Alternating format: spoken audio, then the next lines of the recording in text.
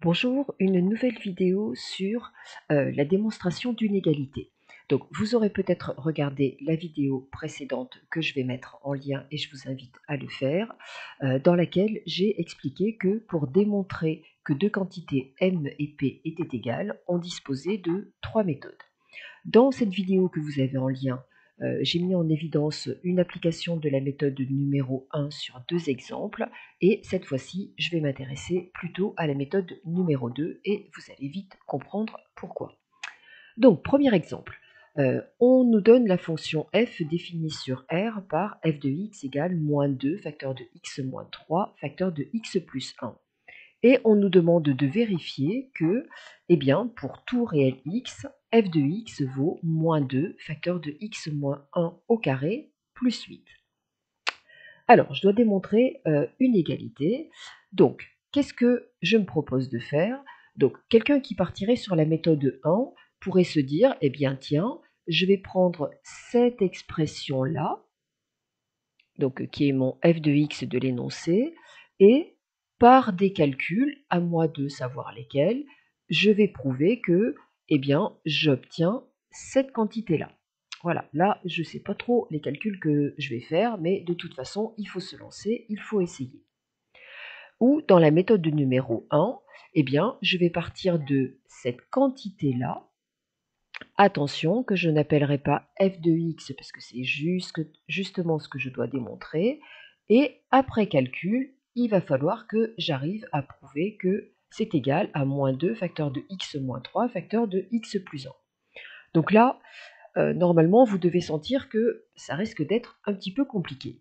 Alors, la méthode de numéro 2, elle a l'avantage de nous permettre de partir des deux écritures, donc celle que j'ai entourée en vert, celle que j'ai entourée en rouge, de les calculer toutes les deux et de montrer qu'on arrive au même résultat. Donc, c'est cette méthode-là que je vais appliquer ici et vous allez voir qu'elle marche très bien.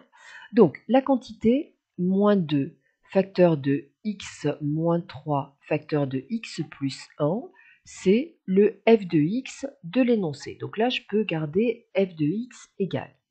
Par contre, la quantité moins 2 facteur de x moins 1 au carré plus 8, il est hors de question que je l'appelle f de x pour l'instant, puisque sinon j'admets déjà que c'est égal à f de x. Et donc là, je vais dire, je note et je vais donner un nom à cette quantité. Alors vous pouvez l'appeler g de x, vous pouvez l'appeler m, p, comme vous voulez, tout sauf f de x. Donc la méthode de numéro 2, en fait, elle consiste à travailler sur les deux quantités séparément, sur les deux expressions que je veux prouver égales. Donc je vais partir du f de x qui m'était donné dans l'énoncé, et là je vois que les calculs qui paraissent naturels, c'est faire du développement.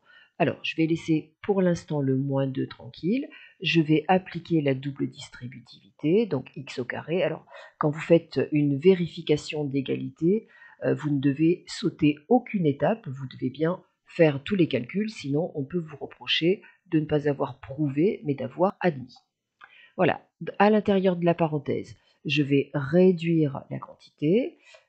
X moins 3x, cela donne moins 2x, voilà, moins 3. Et maintenant, je vais distribuer le moins 2. Donc ça me donne moins 2x au carré plus 4x plus 6. Voilà, et puis là, effectivement, je me demande bien comment cette quantité-là que je viens d'obtenir, je vais pouvoir prouver que c'est celle-ci. Mais c'est pas grave, j'ai toujours la possibilité d'arrêter mon calcul. Donc là, stop, j'arrête mon calcul, je pourrais y revenir si j'ai besoin, et je vais aller voir l'autre quantité que je dois prouver égale à f de x. Donc je pars de cette quantité-là. Ce qui me paraît assez naturel, c'est de développer. Donc après, si vous savez faire mieux, ça peut être une possibilité aussi, puisque là, il pourrait y avoir autre chose à faire. Mais là, je vais partir du plus simple. Donc je développe x-1 au carré. Je rappelle la règle, identité remarquable, a moins b au carré est égal à a carré moins 2ab plus b carré. Au lycée, les identités remarquables, on les utilise beaucoup, il faut les connaître. Donc x-1 au carré, cela donne x au carré, le double produit moins 2x plus 1, voilà, et le plus 8 séparément. On distribue le moins 2x au carré, attention à la règle des signes, moins par moins, ça fait plus, donc moins 2 fois moins 2x, ça fait plus 4x, et puis moins 2 fois 1 qui donne moins 2, plus 8. On finit le calcul, moins 2x au carré, plus 4x, moins 2 plus 8, cela donne plus 6. On compare nos deux résultats. Hop, on a trouvé le même résultat. Eh bien, on a donc bien f de x qui est égal à l'expression qui était proposée, à savoir moins 2, facteur de x moins 1 au carré, plus 8. Et voilà, on a bien vérifié notre égalité. Voilà pour ce travail. Donc, qu'est-ce qu'on a fait? On a calculé séparément les deux expressions et on a prouvé qu'on obtenait le même résultat. Je donne un deuxième exemple. Alors, si vous vous sentez à l'aise, ce que vous pouvez faire, c'est mettre sur pause et vous le faites de votre côté et vous venez voir la correction. Donc, on me demande de démontrer l'égalité qui est proposée ici. Voilà, cette égalité. Donc, si j'utilisais la méthode 1, elle me dirait, eh bien, je pars de cette quantité-là, je fais tous les calculs qui me paraissent logiques, légitimes, et j'utilise bien les bonnes règles de calcul, et j'arrive à prouver ça. Ou alors, si je ne me sens pas à l'aise dans ce transfert qui est en vert, je pars de cette quantité, je fais tous les calculs qui me paraissent naturels et j'arrive à cette quantité. Et si la méthode 1 eh bien, n'aboutit pas, parce que quand vous partez de la partie que j'ai entourée en vert, vous n'arrivez pas à trouver la partie que j'ai entourée en rouge et vice-versa, eh bien, c'est là qu'on embraye sur la méthode 2 pour laquelle on va calculer les deux côtés. Donc, hop, je vais noter, je vais donner deux noms aux quantités. Je note M, la quantité x moins 2 sur x moins 1, et je vais faire des calculs pour voir si j'arrive à l'autre, et si je n'arrive pas à l'autre, eh bien c'est là que j'embrayerai sur un calcul en séparé. Alors, ce qui me paraît naturel à faire, c'est une réduction au même dénominateur. Donc, x, c'était x sur 1. Je vais l'écrire sous le dénominateur x moins 1. Et donc, eh bien, ce x, il faut que je le multiplie par x moins 1. Moins 2 sur x moins 1. Voilà, donc lorsque j'écris sous forme d'un seul trait de fraction, je me retrouve bien avec x moins 1 au dénominateur. Si vous avez des soucis sur le calcul littéral avec fraction, n'hésitez pas à aller voir une de mes vidéos sur justement ce point qui est quand même qu'il est important de maîtriser. Donc, qu'est-ce qu'on va faire? On va développer x fois x, x au carré, x fois moins 1, donc moins x, moins 2. Voilà ce qu'on obtient.